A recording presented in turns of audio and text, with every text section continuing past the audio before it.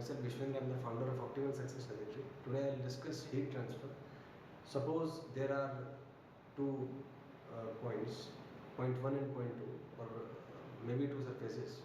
One is maintained at a temperature T1 and another is maintained at a temperature T2 by some external mechanism, and they are connected by a conducting rod of length L. So it will flow from higher temperature to lower temperature. Since the rod is conducting, so near the hotter ends, electrons will have more energy. They will collide with another electrons, and due to this collision, energy will be transferred across the conducting rod. So in steady state, the heat rate or the energy transferred across any cross section is same. So the input heat current is equal to the output heat current. This concept we will use to solve this question and to find the temperature of any point on the rod in steady state. So let's proceed systematically. So suppose this body has a temperature T1, this body has a temperature T2. They are maintained at T1 and T2 by some external source, and they are connected by a conducting rod having length L. Let's find the temperature of a point P on the rod.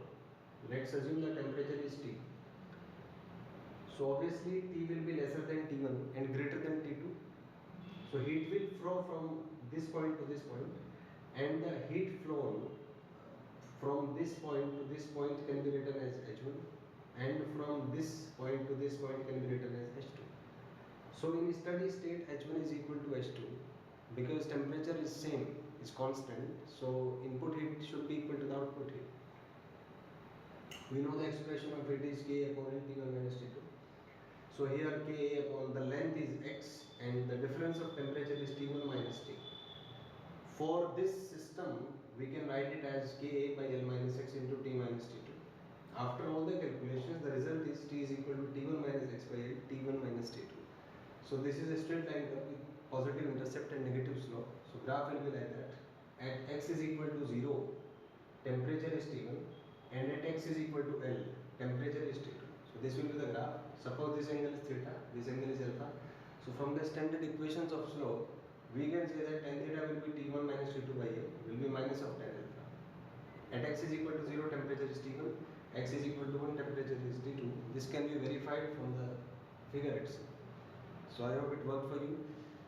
So whatever you learn, make sure you learn it with proper system so that you are able to remember it, retrieve it and use it as and when needed. Thank you and have a nice day.